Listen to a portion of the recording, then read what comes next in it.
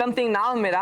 आज हम पहुंचे हैं कला कुंभ में और हम आज बात करने जा रहे हैं सौरभ पांडे जी से, जो निदेशक हैं इंडिया थिंक काउंसिल के। इन्हीं से जानते हैं क्या है इंडिया थिंक काउंसिल, क्या है इनका प्रयोजन। नमस्कार सर। नमस्कार। सर, सबसे पहले हम यहीं से शुरू करना चाहेंगे, इंडिया थिंक काउंसिल क्या है और कला कुंभ यहाँ कुंभ में क्या कर रहा है। नमस्कार। इंडिया थिंक काउंसिल एक थिंक टैंक है। जी। आज से 13 वर्ष पहले दिल्ली में कुछ प्रतिष्ठित लोगों के साथ मिलकर के इस थिंक टैंक की स्थापना हुई थी। इंडिया थिंक काउंसिल आज भारत का एक अग्रणी थिंक टैंक में गिना जाता है और इस कला कुंभ के पांडाल में संस्कृति विभाग और जो उत्तर प्रदेश पर्यटन का एक संयुक्त प्रयास है, जिसमें बहुत सारे एग्जीबिशन और अध्ययन के बहुत सारी चीज़ें यहाँ पे लोगों को प्रदर्शनी के तौर पे लगाई गई हैं। India think council knowledge partner के रूप में नियमित रूप से कला कुंभ में संवाद, साक्षात्कार और ऐसे अलग अलग शैक्षणिक कार्यक्रम का आयोजन यहाँ पे कर रहा है। इस निमित्त हमारा यहाँ आना हुआ है। पूरे देश भर में कुंभ प्रारंभ होने के पहले हम लगभग 25 राज्यों में उत्तर प्रदेश सरकार के साथ मिलकर के कुंभ कॉन्क्लेव करके आए। जी। उसके पश्चात हमने MNIT में तीसरा कुंभ कॉन्क्लेव किया, जो पहले कुंभ कॉन्क्लेव की शुरुआत 2019 में हुई थी। कुंभ कॉन्क्लेव करने का जो निमित्त था कि देश भर में हम लोगों के जनमानस को जाने कि वो कुंभ के बारे में जानते क्या है, जी। क्या सोचते हैं कुंभ को लेकर के। क्या कुंभ को सिर्फ स्नान तक सोचते हैं या कुंभ के आध्यात्मिक और उसके वैदिक पक्ष के बारे में उनके अंदर कितनी जानकारी है, या देश भर में कुंभ को लेकर के क्या उत्सुकता है, या सरकार कुंभ या महाकुंभ जो 140 साल बाद आया है, जिसमें हम और आप बैठे हुए हैं, समाज और देश के अन्य राज्यों के लोग इस होने वाले कुंभ में या जो हमारे आपके बीच घटित हो रहा है, जो आज की शाम मौनी अमावस्या होने वाली है, जी। जिसमें स्नान करने के लिए पूरी दुनिया का भीड़ आकर के यहाँ जमा हो गया है, वो क्या सोचते हैं। बिल्कुल। अलग अलग राज्यों में हम गए, प्रतिष्ठित संस्थानों के साथ हमने डायलॉग किया। वहाँ के जितने भी विद्वज्जन हो सकते हैं उनके साथ हमने संपर्क किया, उनको डायलॉग में बैठाया और उसकी एक कंपेंडियम रिपोर्ट हमने यूपी टूरिज्म और कल्चर को सौंपी। उद्देश्य और निमित्त यही था, हमारे धार्मिक आयोजन, हमारे तीर्थ स्थान और जो इंडिया थिंक काउंसिल अलग अलग मंत्रालयों के साथ मिलकर के कल्चरल इकोनॉमी के एस्पेक्ट्स पे डायलॉग करती है। हमारी कल्चरल इकोनॉमी, हमारी टेम्पल इकोनॉमी, हमारी धार्मिक अर्थव्यवस्था का क्या योगदान है और आज के समाज में इन विषयों को लेकर के क्या जागरूकता है, कितनी जानकारी है, उन सब के बीच एक संवाद स्थापित करने के लिए ये प्रयोजन हम सबका चल रहा है। जी। आप लोग, मैं देख रहा हूँ कि अलग अलग जगह जा कर के जब से कुंभ प्रारंभ हुआ है, फोटोग्राफ्स ले रहे हैं। मुख्य स्नान में जो जितने भी तीर्थयात्री आ रहे हैं, अलग अलग रास्तों से आ रहे हैं, कैसे डुबकी लगा रहे हैं। अलग अलग पांडाल बने हुए हैं, बड़े बड़े महंतों के बड़े बड़े भव्य पांडाल बने हुए हैं। कुंभ में दिन प्रतिदिन जिन जिन हस्तियों के नाम हम सुना करते हैं वो आकर के डुबकी लगा रहे हैं, जा रहे हैं। ये सब एक न्यूज भी बनी हुई है। जी। अलग अलग महात्माओं और बाबाओं के पंडाल में तरह तरह के भांति भांति के साधु संत आए हुए हैं, जिनकी न्यूज़ सकारात्मक भी नकारात्मक भी कहीं ना कहीं माध्यम से, रील्स के माध्यम से या जो यूट्यूबर्स हैं, जो इन्फ्लुएंसर्स हैं, एक नए टर्म्स आए हुए हैं, उनके माध्यम से समाज में हर जगह जा भी रही है। लोगों के बीच स्नान करने का, मुख्य स्नान में पहुंच जाने के लिए एक उत्कंठा भी है और स्वाभाविक तौर पे हम सब चाहते हैं कि मुख्य स्नान में हमारी भी डुबकी लग जाए। जी।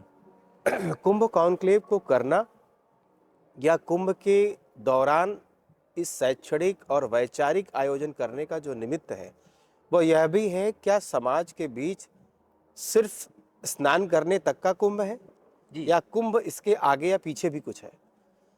इसको जानने, इसको समझने और इस समझ के बीच लोगों के बीच भी एक पूरा एक संवाद स्थापित करने, खासकर उस जनरेशन के बीच जिनसे आप आते हैं, जिनसे हम आते हैं, या जो और छोटी जनरेशन है जिनको कई नामों से जेन जेड या कुछ और भी कुछ बुलाते हैं, अल्फा बीटा, जो भी बहुत सारे नाम इजाद हुए हैं, उनके बीच इस कुंभ को जो होकर के ख़त्म हो जाएगा और इस 144 साल के बाद में हमारी आपकी तीसरी, चौथी, पांचवी पीढ़ी, अब न जाने कौन सी पीढ़ी पुनः इस कुंभ को पुनः देख पाएगी या वो अपनी हाजिरी लगा पाएगी, इन सब को मन में रख करके इंडिया थिंक काउंसिल ने तय किया कि हम संवाद स्थापित करते हैं, लोगों के संस्मरण सुनते हैं, लोगों की नई अनुभूति जानने की कोशिश करते हैं, क्योंकि जिसने पहले के कुंभ के आयोजन देखे होंगे वो इस समय के महाकुंभ के आयोजन में अंतर और अनुभूति को बता पाएगा। बिल्कुल। सरकार ने अनुभूति सेंटर भी बनाए हुए हैं, एआई के माध्यम से डिजिटल का पूरा उपयोग किया जा रहा है। जहां पूरे समूचे कुंभ में 10 करोड़ लोग मुश्किल से होते थे, वहां एक एक दिन के स्नान में 8-8, 5-5 करोड़ लोग आ रहे हैं। तो आधुनिक प्रबंधन व्यवस्था, इन सब को लेकर के जो तमाम विषय हैं जिसको अध्ययन करने के लिए देश और दुनिया के प्रतिष्ठित विश्वविद्यालय और उसके शोधार्थी आकर के यहाँ पढ़ते भी हैं। वो एक अलग विषय है कि प्रबंधन कैसे होता है, उसकी पुलिसिंग कैसे होती है, उसका एडमिनिस्ट्रेशन कैसे है। उन सब के इतर कुंभ क्यों है, यहाँ आना क्यों है, नहाने आना है, किसी को सुनने आना है, सुन करके क्या ले करके जाना है, इन सब चीज़ों को जानने के लिए हम सब यहाँ पर लगातार बने हुए हैं। जैसे आपसे संवाद कर रहे हैं, ऐसे दिन प्रतिदिन आने वाले अन्य मूर्धन्य विद्वानों से हम चर्चा कर रहे हैं, अलग अलग सत्रों में बातें कर रहे हैं। इन बातों के बाद जब ये सारी चीज़ें कंपाइल होती हैं, पब्लिक के लिए, समाज के लिए, शोधार्थियों के लिए फ्री में ये सारे कंटेंट अवेलेबल होते हैं, जो आपके भी चैनल पे रहेंगे, हमारे भी चैनल पे रहेंगे, सरकार के लिए भी, समाज के लिए भी ये स्वतः सहज उपलब्ध रहेंगे। जी। अभी तक सर कला कुंभ जो है किस प्रकार से कैसे कैसे कार्यक्रम आयोजन करवाया, या मतलब मौनी अमावस्या के बाद कैसे कार्यक्रम आयोजन देखिए, करवाने जा कला रहा है? कुंभ तो एक पांडाल है जी। कला कुंभ संस्कृत विभाग का एक एक प्रयास है, जी। जिसका नाम कला कुंभ रखा गया। बगल में कलाग्राम है, मिनिस्ट्री ऑफ कल्चर टूरिज्म का, सामने उत्तर प्रदेश पर्यटन के भी पांडाल बने हुए हैं। इन पांडालों का उद्देश्य है कि उत्तर प्रदेश सरकार संस्कृति और पर्यटन के क्षेत्र में जो कार्य कर रही है जी। वो लोगों तक पहुंचे, जनमानस तक वो बात जाए। डिजिटल गैलरी के माध्यम से, प्रदर्शनी के माध्यम से, पोस्टर्स के माध्यम से, बुकलेट के माध्यम से ये जाए। जी। लेकिन India think council being a think tank, अगर हम भारत का अग्रणी थिंक टैंक खुद को बोलते हैं, जी। तो बोलने के बाद गंभीरता हमारे अंदर आ जाती है कि ये बोल जो हम रहे हैं कि अग्रणी थिंक टैंक है, तो करते क्या है? जी। हम थिंक टैंक हैं तो क्या सोचते हैं? जी सर, बिल्कुल। तो कुंभ को लेकर के हमारी एक सोच ये है, जी। जो मैंने शायद यत्र तो कहीं और चर्चा भी किया होगा, जी सर। कि यहाँ पर आने वाले यंगस्टर्स जो रील्स बनाने में बिजी हैं, जिनको कुंभ में किसी भी प्रकार से ऐसे किसी फुटेज की तलाश है जो इनके रील्स को प्रमोशन दे दे, जो उनके कंटेंट को प्रमोशन दे दे, कंटेंट कैसा भी हो। कई तरीके के बाबा, कई तरीके के सन्यासी, बहुत तरीके के आयाम लेकर के आए हुए हैं, और उनसे कुछ भी उगलवाने या कुछ भी निकलवाने के उद्देश्य से बहुत सारे इन्फ्लुएंसर और यूट्यूबर इस पूरे कुंभ में दौड़ रहे हैं। मेरा उद्देश्य ये है, क्या कुंभ इन्हीं चीज़ों के लिए है? अगर 144 साल बाद अगर कुंभ आया है, क्या इनमें ये चर्चा नहीं होनी चाहिए कि हमारे समाज के वो सारे युवा जो रील्स में, हम आप सभी रील्स बहुत देर रात तक देखते हैं, लेकिन देखते क्या हैं? चाहे वो एल्गोरिदम के माध्यम से हो, एआई के माध्यम से हो, जो सॉफ्ट पोर्न परोसा जा रहा है फेसबुक, इंस्टाग्राम, ट्विटर या और भी सारे सोशल मीडिया प्लेटफॉर्म्स पे, इसका एक्सेस जो हमारे बच्चों का है, और ये एक जो पेरेंटिंग का एक नया चैलेंज खड़ा कर चुका है, क्या इस पे कहीं इस कुंभ में चर्चा हो रही है? क्या वो सारे पांडाल जहाँ पे सारे विद्वान लोग आए हुए हैं, या वो सारे इन्फ्लुएंसर और यूट्यूबर, क्या इस कंटेंट की तलाश में भी हैं कि इस कुंभ में जिसकी शुरुआत वैचारिक संवाद करने के लिए हुई थी? ये जो स्नान का विषय है, ये आत्म स्नान का है। ये जो कुंभ है, ये हमारे शरीर के अंदर के कुंभ को जानने का विषय है। ये जो अमृत पान है, ये खुद को पहचानने का है। जब हमारे अंदर खुद की पहचान आ जाती है, हम जिस निमित्त पैदा हुए हैं, जिस जीवन मूल्य की तलाश में हम लोग भाग रहे हैं, अगर वो तलाश हमारे अंदर हो जा रही है, तो यही तो कुंभ है। लेकिन कुंभ को किसी तिथि में स्नान करने तक सीमित, या शाही स्नान, या और भी अन्य अन्य नामों से, जिस नामों से जाना जा रहा है, क्या कुंभ महज इतना भर है? ये क्वेश्चन आपके लिए भी है, ये प्रश्न मेरे लिए भी है, ये उन आने वाले सभी दर्शनार्थियों, सभी लाभार्थियों या सभी तीर्थयात्रियों के लिए है कि कुंभ आ क्यों रहे हैं? इतनी दूर से इतना खर्च करके कुंभ क्यों आ रहे हैं? क्या सिर्फ नहा करके जा करके वापस फिर वही शुरू कर देंगे जो वो करते आ रहे हैं? या यहाँ नहाने के बाद में ऐसा कुछ संदेश लेकर के जाएंगे जो वो नहीं करेंगे? आखिर क्यों आ रहे हैं? बिल्कुल। मेरा जो प्रश्न है, जो विद्वत समाज से भी है, जो सन्यासियों से भी है, यहाँ के अखाड़ों के पूज्य आचार्य महामंडलेश्वरों से भी है, कि हमारा समाज, हमारे परिवार जो विकृत हो रहे हैं, परिवार जो टूट रहा है, जी क्या उस टूटते हुए परिवार, अगर हिंदू समाज की बात हो रही है तो क्या हिंदू समाज में भी जितने भी वर्ण व्यवस्थाएं हैं जो आज भी उतनी ही रिलेवेंट हैं, क्या उसको बचाने के लिए यहाँ कहीं किसी मंच पे कोई बात हो रही है? नहीं हो रही है तो क्यों नहीं हो रही है? जी और अगर नहीं हो रही है तो कुंभ है क्यों फिर? जी इससे बड़ा कोई चर्चा का, संवाद का कोई मंच हो सकता है पूरी दुनिया में, बिल्कुल जहां बिन बुनाए सारे परिवार, सभी वर्ग के लोग एक साथ स्नान कर रहे हैं, जहां कोई रंग भेद नहीं, जहां कोई जाति भेद नहीं, जहां कोई रोग भेद नहीं, हर तरीके का रोगी, हर तरीके का निरोगी एक साथ एक घाट पर नहान जी स्नान कर रहा है। वहां तो जातिवाद नहीं है। क्या इस संदेश को, जो जिसकी चर्चा हर मंचों पे, हर वैश्विक मंचों पर होती है कि वैश्विक शांति कैसे आए, इक्वालिटी कैसे हो, तो इससे बड़ा और मंच क्या हो सकता है इक्वालिटी को और वैश्विक शांति को जानने के लिए? यहाँ शांति की खोज में ही तो आप आ रहे हैं। तो क्या यहाँ स्नान करने के बाद आपके मन में शांति आ जा रही है? या जिस परिवार की अशांति से आप यहाँ स्नान करने आए हैं, जाने के बाद क्या वो शांति आ पाएगी? या जिस इक्वालिटी या रैशनैलिटी की बात हो रही है, दुनिया भर के सारे बड़े मंचों पर बड़े बड़े शब्दों में बात होती है, वो इक्वालिटी जो यहाँ घाटों पे दिख रही है, वो इक्वालिटी जो यहाँ आने वाले सभी मार्गों पे सभी तरीके के तीर्थयात्रियों में एक रूपता में दिख रही है, क्या इसकी कहीं चर्चा हो रही है? ये एग्जाम्पल जो कुंभ परोस रहा है, चर्चा क्या हो रही है? कुंभ में भीड़ कितनी आई, जी कितने करोड़ आए, ऐसे पुलिस मैनेज की, बैरिकेडिंग कहाँ लगी है, वीआईपी आए गए, इन्हीं सब की चर्चा हो रही है। मेरा मानना है परिवार टूट रहे हैं, हमारे सामाजिक बंधन बिखर रहे हैं, चाहे वो पति पत्नी के संबंध हो, पिता पुत्र के संबंध हो, घर में किसी भी तरीके के पत्नी और पति के संबंध हो, या घर में वो जो बच्चियां जो किसी न किसी माध्यम से, हमारे सोशल मीडिया के माध्यम से कहीं इलोप हो रही हैं, या बरगलाई जा रही हैं, बहकाई जा रही हैं, या वो सॉफ्ट पोर्न का कंटेंट जो घर घर परोस रहा है, बच्चे ट्यूशन के माध्यम से या क्लासेस के माध्यम से जिन कंटेंट तक अपनी एक्सेस पा चुके हैं, क्या उस पर कोई चर्चा हो रही है? इन सारे ज्वलंत मुद्दों पर चर्चा के लिए हम यहाँ पर आकर के एक वैचारिक थिंक टैंक होने के नाते, कुंभ जो ये कला कुंभ का पांडाल है, जो जिसकी जिम्मेदारी इंडिया थिंक को सौंपी गई है कि हम नियमित तौर पे यहाँ पे संवाद करें।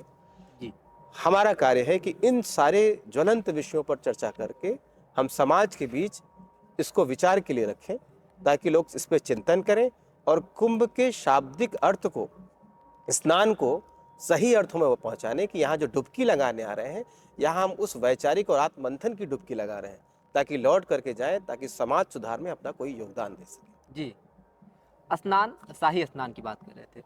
शाही स्नान को इंडिया थिंक काउंसिल, अगर शाही स्नान को जैसे आप बता रहे हैं सर कि शाही स्नान से कितना प्रभाव पड़ रहा है, ठीक है, हम यहाँ नहीं, मेरा जी कहना ये है जी कि ठीक है, जो धार्मिक व्यवस्थाएं हैं, जो लोक मान्यताएं हैं, जो परंपराएं, उसका निर्वहन तो होना ही चाहिए। बिल्कुल हमारे अखाड़ों का, हमारे संतों का, हमारे संतों के जितने आश्रम, उनका उपयोग तो है ही है। जी उन्होंने ही समाज को जीवंत करके रखा हुआ है। मैं अक्सर कहता हूँ कि जब भी मुगल आक्रांता आए, तो आज भी जो भी संस्कृत साहित्य या कोई भी साहित्य या कोई भी पुराण जो भी हम तक आ रहा है, ये उस समय के मनीषियों ने स्मरण करके रखा और अपने शिष्यों को उन्होंने ट्रांसफर किया, तभी तो आज तक हम तक अवेलेबल है।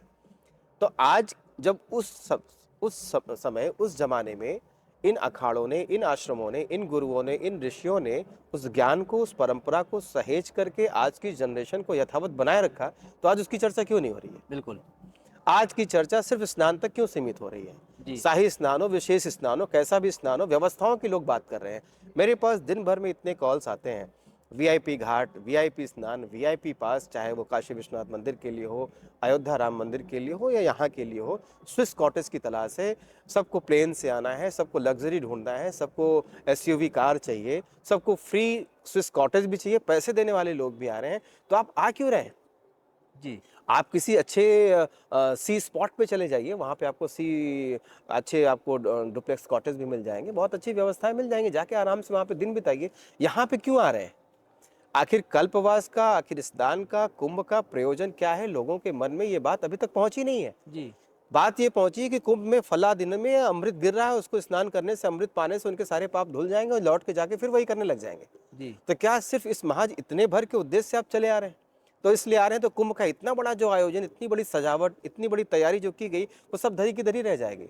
अगर हमारा समाज ही हमारा नियंत्रित नहीं है, समाज को नया मार्गदर्शन नहीं मिला। आखिर जब हर्षवर्धन सम्राट और हमारे पूज्य शंकराचार्य जब यहाँ पर आकर के शास्त्रार्थ करते थे, वो परंपरा अगर हम उसको जीवंत नहीं कर रहे, आगे नहीं बढ़ा रहे, जिसके लिए कुंभ कॉन्क्लेव का इजाद किया हमने, कुंभ की उस संवाद की परंपरा को अक्षुण्ण रखने और उसको आगे बढ़ाने के लिए कुंभ कॉन्क्लेव किया हमने और लगातार करते आ रहे हैं। अगर इसको होने के बावजूद उस परंपरा का निर्वहन नहीं हो रहा है, यहाँ सिर्फ व्यवस्थाओं की और आधुनिक सुविधाओं की बात हो रही है, तो कुंभ को तो हमने खो दिया। जी फिर एक रिकॉर्ड बन जाएगा, जैसे दिया जलाने का रिकॉर्ड अयोध्या में बनता है, जी जैसे कॉरिडोर बनाने का बातें दुनिया भर में होती हैं। तो ये कोई यहाँ पे कॉरिडोर बन गया, यहाँ पे हनुमान मंदिर के आसपास व्यवस्थाएं और फैल गई, कुंभ का दायरा बढ़ा दिया गया, टेंट के बहुत सारे दायरे बढ़ गए, जी या बहुत बड़े बड़े पंडाल सुंदर बन गए, या भोजन की व्यवस्थाएं बहुत अच्छी हो गई, तो आखिर इसके आगे कुंभ क्या है? क्या उसको जानने के लिए समाज आ रहा है, या वो विद्वत समाज या वो सन्यासी या ऋषि जो उस परंपरा के ही संवाहक बनकर के यहाँ आए हुए हैं, या तो वो गुमनामी में बैठे हुए हैं, जी अपने ध्यान में लग्न हैं, या अगर वो कुछ कह भी रहे हैं तो क्या वो संवेदनशीलता उनकी बातों में है? यदि नहीं है तो हम कुंभ आ क्यों रहे हैं? मेरा एक ही प्रश्न है कि आज के डेट में जो सबसे ज्वलंत विषय है, हमारे परिवार में हमारी बच्चियां, हमारे बच्चे सब विकृत होते जा रहे जी हैं। क्या इसकी कोई चर्चा है? चर्चा नहीं है तो होनी चाहिए। समाज के वो जितने भी बंधन हो सकते हैं, जिसके कारण से समाज के लोग या तो नागा बन गए, या सन्यासी बन गए, या साधु बन गए, या उन्होंने आत्महत्या कर ली किसी भी परेशानी को देख करके, क्या उसके निवारण की कोई चर्चा हो रही है? जी या स्वच्छता को सिर्फ सारे चौराहे साफ कर दिए जाएंगे, कूड़े कचरे नहीं होंगे? क्या स्वच्छता ये, क्या मन की स्वच्छता की बात हो रही है? नहीं। मेरा ये कहना है, कुंभ का जो निमित्त है, जिस कारण से कुंभ के मेले आयोजित होते हैं, उसको स्नान तक न सीमित किया जाए। लोग अपना आत्मावलोकन करें।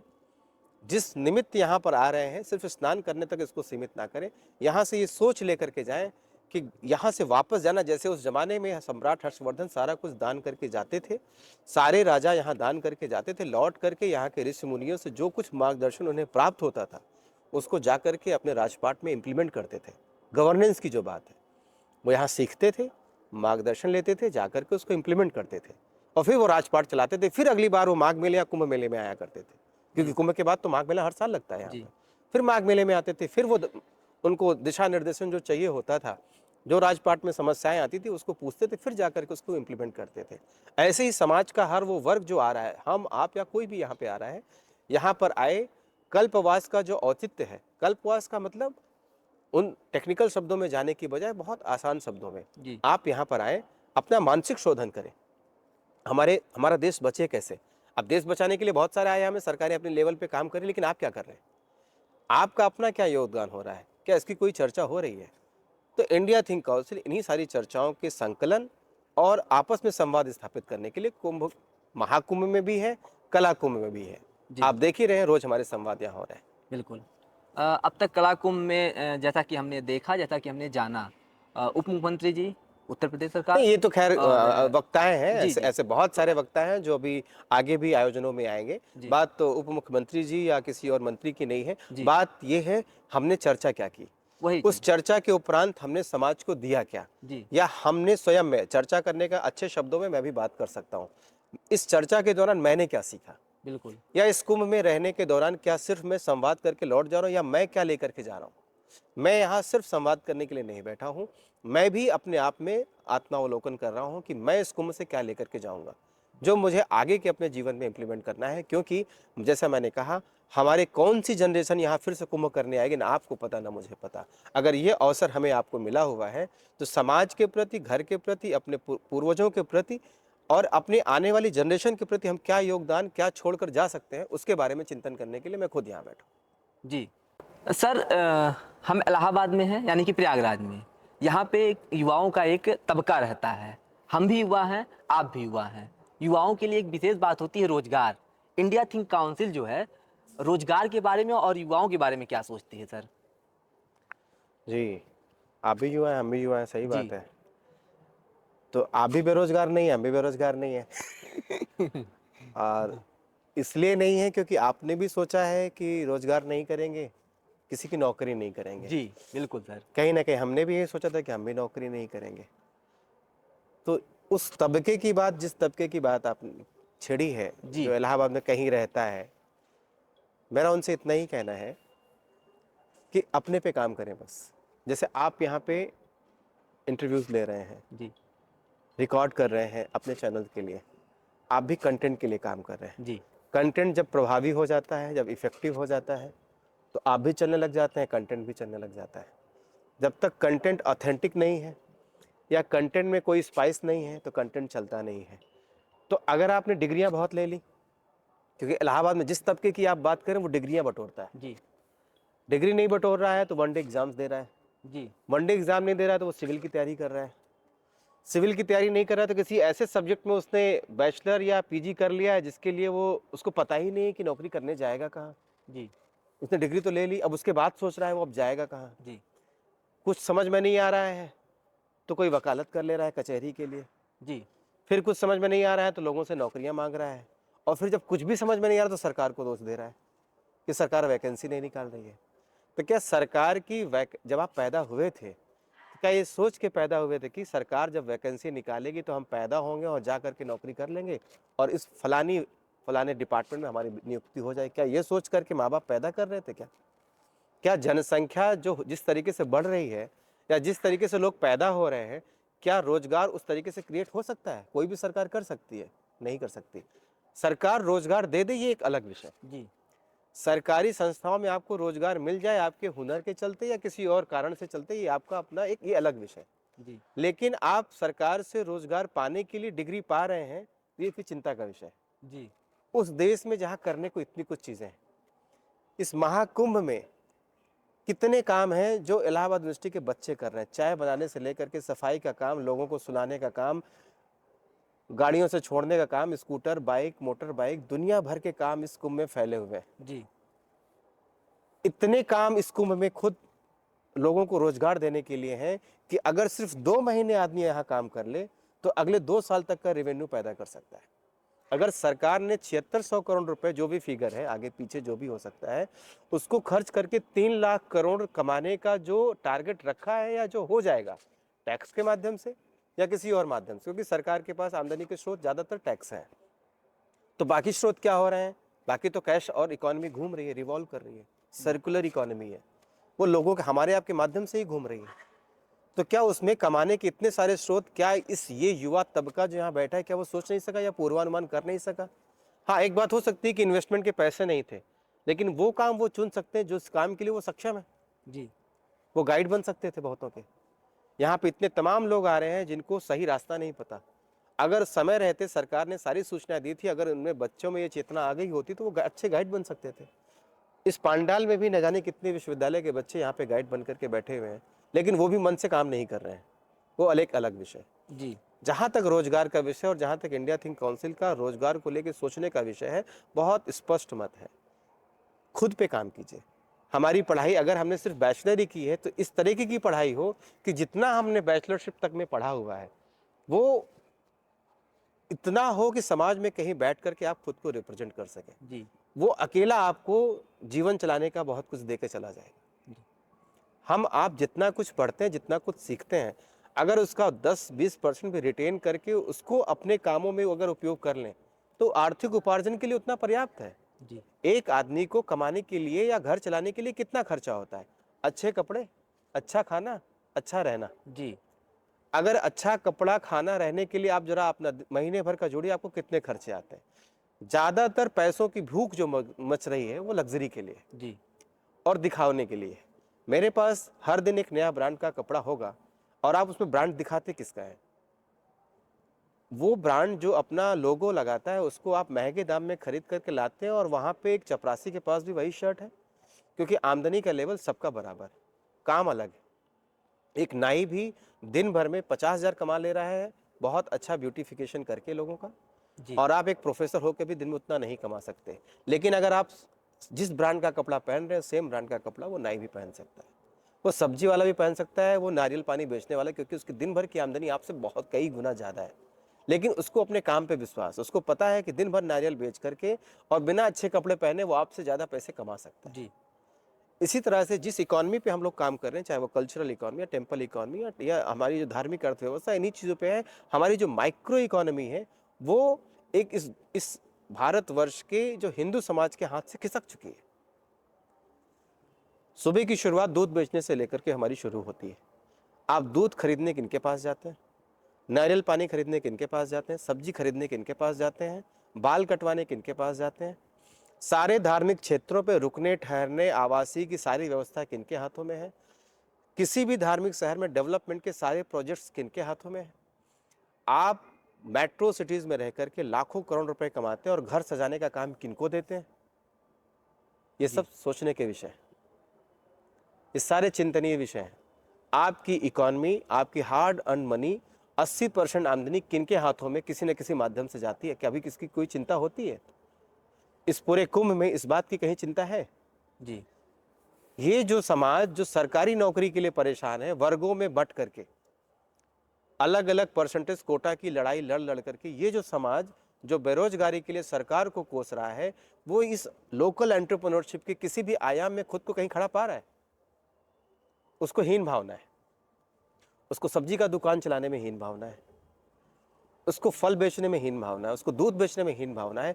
आज पूरे भारतवर्ष में सबसे कमी अगर कुछ हुई है तो डेयरी की, असली दूध की। खाने का एडल्ट्रेशन, समाज के हर सेक्टर में खाने का एडल्ट्रेशन। सैटरडे संडे को बाहर खाने का चलन टीयर 2 टीयर 3 सिटी में आ चुका है। अब ये बात सिर्फ मेट्रो सिटीज की नहीं रह गई कि शाम को सैटरडे संडे खाना नहीं बनेगा। जो खाना हम खाना बाहर जा रहे हैं उसमें क्या मिला रहे हैं लोग, कौन सा खाना दे रहे हैं? 500 रुपये दो अगर प्राणी बाहर खाना खाने गए, 500-600 रुपये खर्च करके या 1000-1200 अच्छे रेस्टोरेंट में खर्च करके वो क्या खा के आ रहे हैं, और खाने के बाद शरीर पे क्या ला रहे हैं? आज की लड़की या लड़के जिस उम्र में शादियां कर रहे हैं, उसके बाद वंश चलाने में उनकी शारीरिक क्षमताएं किस हद तक खराब हो चुकी हैं, उसके बाद के जितने विकार के लिए डॉक्टर लोग बैठे हैं उगाही करने के लिए, वो आपके सामने है। चाहे वो डिलीवरी का हो, चाहे सेक्सुअलिटी को लेकर के हो, या और भी सारे कारणों को लेकर के हो, इसकी चर्चा यहाँ हो रही है। जी आखिर समाज के लोग, समाज के विद्वज्जन, समाज के प्राणी ऐसे अवसर पर इन चीजों की चिंता नहीं करेंगे तो कब करेंगे? जी इन्हीं चीजों के लिए कुंभ है। ये वैचारिक, ये विचार करने के लिए, चिंतन के लिए, आत्मबोध के लिए ये सारे अवसर हैं। पूरे समाज जो बिन बुलाए यहाँ पर एक पत्रा देख करके चला आया हुआ है, जिसका कोई आमंत्रण निमंत्रण नहीं है, वो इस चिंतन के लिए आना चाहिए उसे। और अगर किसी कारण से नहीं आया है तो समाज के वो लोग जो ये प्रयोजन उनको बता सकते हैं, ये जिम्मेदारी उनके ऊपर है जी कि वो ये बताएं कि आपका आने का निमित्त सिर्फ स्नान नहीं है। जिस तरफ से हमारी, चाहे वो डाइवोर्स के केसेस हों, चाहे फैमिली डिस्प्यूट के केसेस हों, चाहे वो इरिटेशन के केसेस हों आपसी, चाहे बच्चों के उनके मन में जो भी विकार है, या उनको ओवरबर्डन करके जो भी एक कट थ्रोट कंपटीशन बच्चों में डाल दिया गया है कि 7 साल का बच्चा वो म्यूजिक भी सीख ले, वो डांसिंग भी सीख ले, वो परफॉर्मिंग भी करने लग जाए, वो घर में कोई गेस्ट आया है तो उसको पोएट्री भी धड़ाधड़ सुनाना शुरू कर दे, और क्लासेस में उसके मार्क्स 90 के नीचे ना, आखिर 90 नंबर ला करके वो करेगा क्या? जी कितने 90 नंबर पाने वाले लोग समाज को मार्गदर्शन दे रहे हैं? ऐसे कितने लोग हैं जो 90 नंबर ला ला के जीवन आगे बढ़ गए? वो क्या कर रहे हैं? वो 10 से 6 की ड्यूटी कर रहे हैं, वो अपना परिवार भी नहीं चला पा रहे, अपने माँ बाप के पास भी नहीं जा पा रहे हैं। वो मेट्रोज में टाई बांध करके चलते हैं, उनको महीने के अंत में 10,000 भी घर भेजने के उनके पास नहीं होता है। जी वेल सूटेड बूटेड लड़के मेट्रो सिटीज के घर में 10,000 भी नहीं भेज पाते हैं। सारी जिंदगी क्रेडिट और ईएमआई पे चल रही है। बिल्कुल सही बात। किसको दिखाने के लिए आप काम कर रहे हैं? आखिर किसको दिखाना चाहते हैं? शादियों को लेकर के जितनी भी खर्चे होते, चाहे प्री वेडिंग के खर्चे या शादी में दिखावटी खर्चे या पार्टियों के खर्चे, किसको दिखाने के लिए करते हैं? लोन लेकर के शादियां करते हैं, चाहे लड़का हो या लड़की हो। आज तो लड़के की शादी में भी लड़के से ज्यादा खर्च होने लगा। किसको दिखाने के लिए करते हैं? आखिर आपके यहाँ अच्छे से अच्छा व्यंजन खा के जाने वाला आदमी आपको कितने दिन तक याद करेगा? और बहुत अच्छा खा के जाएगा तो ये जरूर बोल के जाएगा फर्जी कमाई है इसके पास। जी तो अपने आप को फर्जी कमाई कमाने वाला बताने के लिए आप इतना बड़ा आयोजन क्यों करते हैं? और आप परिवार के आयोजनों में इन्वॉल्व भी नहीं हो पाते। आप इतना वृहद आयोजन कर देते हैं कि बस लोगों से मिलने में व्यस्त हो जाते हैं, और आप ये ढूंढते रहते हैं कौन सा अमुक व्यक्ति, कौन सा बड़ा आदमी मेरे यहाँ आया, कौन नहीं आया। फिर उसकी शिकायत सारा दिन करते रहते हैं। क्यों करते हैं? जितने भी घरेलू आयोजन होते हैं नितांत पारिवारिक होते हैं, जो आपसी एंजॉय के लिए होते हैं। आपको कोई आयोजन समाज के लिए करना है, उसके और भी निमित्त है। ऐसे ही समाज के वो सारे विषय, चाहे वो मृत्यु भोज या और भी ऐसे सारे विषय हैं, क्यों इतना बड़ा आयोजन? आज के डेट में अगर 13वीं या वर्ष की भी होती है, वो भी एक सोशल आडंबर बन चुका है। जी क्यों? इसका मार्गदर्शन कौन करेगा? कुंभ जैसे अवसर हैं जो इन विषय पे भी मार्गदर्शन देंगे। ये आज कंपल्सन क्यों बन गया है कि हमें ये करना ही है? जी या कोई धार्मिक अनुष्ठान करना है तो किसी ऐसे पंडित से ही कराना है जो दक्षिणा तय करके कराएगा। आप क्यों नहीं कर सकते? उसको आप स्वयं क्यों नहीं कर सकते? आपको मंत्र नहीं आते, बहुत सारे प्रावधान है जो बिना मंत्रों के भी आपकी भावना से, धारणा से हो सकते हैं। बिल्कुल। बाद में वो करा करके जाए और बाद में आप उसकी अवहेलना और उलाहना उसकी समाज में हर जगह जाकर करें, उससे बेहतर आप स्वयं कर लें। बिल्कुल। कहीं ये लिखा थोड़ी ना है कि वही कराएगा। ऐसे ही समाज में बहुत सारे विघटन के जो आजकल नए नए तरीके आ चुके हैं, अलग अलग वर्गों में अलग अलग लोगों को नया नया आइकॉन बना करके, जो खुद को सेग्रीगेट करके एक नया जमात खड़ा करने का जो चलन है, उसके बारे में डिस्कशन कहाँ पे होगा? कुंभ में होगा। बिल्कुल। जो जो जातियां और उपजातियां जो तमाम जातियों में बटे हुए हैं, वो भी आपस में एक एक आइकॉन को लेकर के अलग अलग स्तंभ खड़ा करते जा रहे हैं। इनके बारे में चर्चा कौन करेगा? आखिर उनका उद्देश्य सिर्फ राजनीतिक है या समाज को कोई नया पथ प्रदर्शन देना है? ऐसा तो कहीं भी नहीं दिख रहा। सब थोड़े समय बाद कहीं जाकर के राजनीति में फिर इन्वॉल्व हो जा रहे हैं और जाकर के आपस में मिलकर सब सिर्फ वही बातें करते हैं जो बाकी सब पहले से करते आ रहे हैं। जी। तो इन नए आयोजनों का, इन नए अखाड़ों का, नए किसी और एजेंडे का, नए किसी पॉलिटिकल पार्टी का क्या प्रयोजन है? आखिर इसकी चर्चा कहाँ पे होगी? जी। कुंभ जहाँ पे लाखों करोड़ों भारतीय बिन बुलाए चले आ रहे हैं, ये यही तो अवसर है बात करने का। यही तो वो समय है जहाँ इस बारे में बात की जाए और उनको सही बातें बताई जाए, ताकि जब लौट करके फिर से समाज में उसी रास्ते में जाएं, उसी भाग दौड़ में शामिल हों, तो कुछ सीख करके जाएं। इन्हीं सब कारणों से इंडिया थिंक काउंसिल कला कुंभ में वैचारिक संवाद करने के लिए बैठी है। बिल्कुल सर, सब बातें एकदम ठीक है सर। एक चीज़ और सर, इसी में रोजगार की बात हो रही थी। सब एक तरीके के रोजगार नहीं पा सकते हैं। बाई चॉइस हमने चूज किया, हम जॉब नहीं करेंगे, आपने चूज किया, आप जॉब नहीं करेंगे, ऐसे कई लोग होंगे। कई लोगों का ऐसा भी होगा कि बाई चॉइस वो चाहते हों कि हम इस जॉब में जाएं। एकदम ठीक बात ये भी है। तो सर, अगर सरकार के किसी भी ऐसे नियम कानून या किसी भी ऐसी वैकेंसी में अगर अप्लाई करते हैं, जाते हैं, तमाम ऐसी खबरें आती हैं, तमाम ऐसी सूचनाएं आती हैं, कहीं पेपर लीक हो जाता है, कहीं परीक्षा रद्द कर दी जाती है। इस बारे में हम लोगों ने कई बार चिंतन जी किया। सर, मैं इसलिए पूछ रहा हूँ क्योंकि आप का जुड़ाव भी, आपकी संस्था का भी जुड़ाव भी सरकार से है, सरकार की संस्था। तो मतलब इस पे सरकार से संबंधित अपने जवाब सर बताइए। सरकार की संबद्धता के साथ हम कार्यक्रम करते हैं, तो निश्चित तौर पे अगर हम गवर्नेंस पे काम करते हैं और हम ये क्लेम करते हैं कि हम सामाजिक विषयों पर शोध और चिंतन करते हैं, जी, तो ये भी निश्चित एक तौर विषय पे है। हमारा एक मत हो सकता है। बिल्कुल। जहाँ तक पेपर लीक करने की बात है, ये प्रशासनिक विषय है। प्रशासन के लोग क्यों नियंत्रण नहीं कर पाते, मैं इसके दूसरे पक्ष की बात कर रहा हूँ। मेरे पास बहुत सारी सिफारिशें आती हैं। जितने भी मेरे संपर्क हैं, जितने भी मेरे कॉन्टैक्ट्स हैं, कभी भी कोई वैकेंसी होती है, मेरे पास कॉल्स आनी शुरू हो जाती है। आपका वहाँ कोई जुगाड़ है क्या? आप उनको बोल सकते हैं क्या?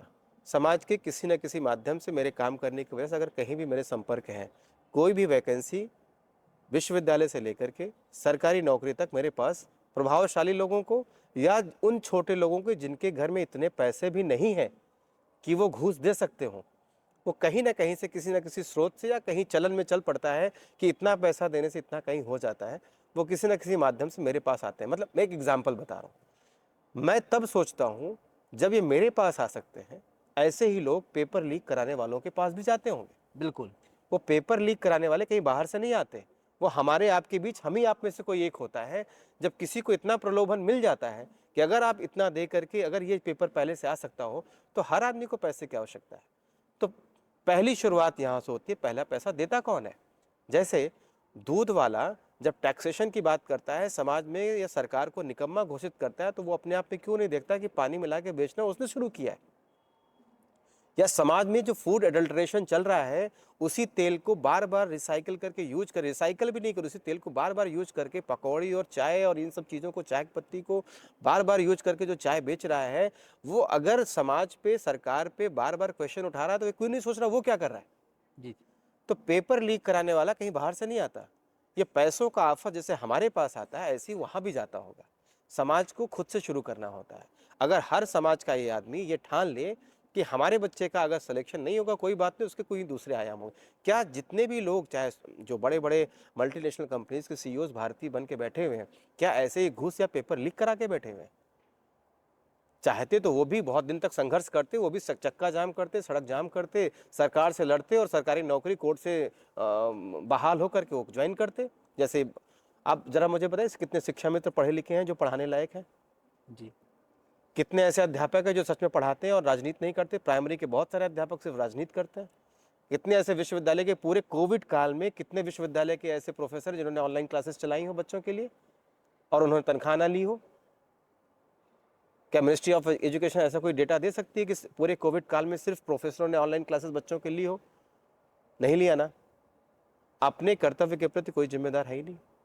ऐसे बहुत सारे सरकारी प्रतिष्ठानों में मैं सरकार के मंच पर ही बैठा हूँ। अधिकतम चाहे किसी भी राज्य में चले जाइए, सरकारी अफसर में जो आउटसोर्स क्लर्क हैं या आउटसोर्स कंसल्टेंट्स हैं, वो क्यों आउटसोर्स करने पड़ रहे हैं?